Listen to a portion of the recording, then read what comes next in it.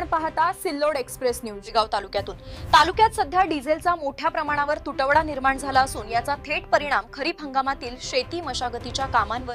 सोयगाव तालुक्यातून सध्या डिझेलचा मोठ्या प्रमाणात तुटवडा निर्माण झाला असून याचा थेट परिणाम खरीप हंगामातील शेती मशागतीच्या कामावर होताना दिसत आहे।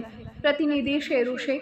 खरीप हंगाम अवघ्या काही दिवसांवर येऊन ठेपला असताना शेतकरी शेतीच्या तयारीला लागलेत। मात्र अनेक पेट्रोल पंपावर डिझेल उपलब्ध नसल्याने ट्रॅक्टर, रोटावेटर, पंप आणि इतर शेती अवजारे बंद पाडण्याची वेळ आली आहे। यामुळे शेतकऱ्यांची मोठी गैरसोय होत असून अनेक गावांमध्ये मशागतीची कामं रखडल्याचं चित्र आहे।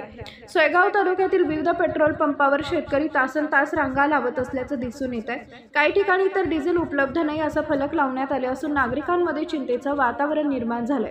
शेतकऱ्यांचं म्हणणं आहे की पेरणीपूर्व मशागतीची कामं वेळेत पूर्ण झाली नाही तर त्याचा थेट परिणाम पिकांच्या उत्पादनावर होणार आहे।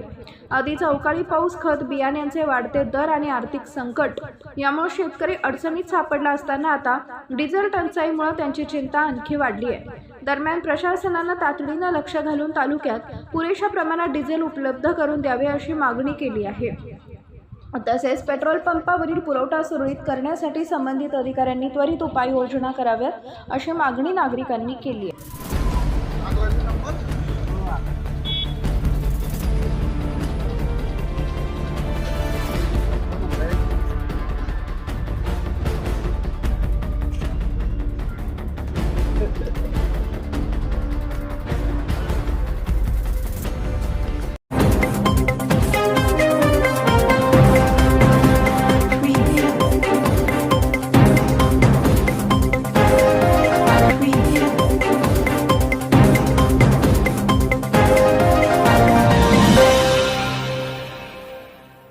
नमस्कार। सत्यासाठी लढणारी आवाज सिल्लोड एक्सप्रेस वृत्तपत्र आणि वृत्तवाहिनी 2018 पासून आपल्या देशातील प्रत्येक जिल्हा, तालुका आणि ग्रामीण भागातील खरी, निडर आणि विश्वासार्ह बातमी आपल्यापर्यंत पोहोचवत आहे।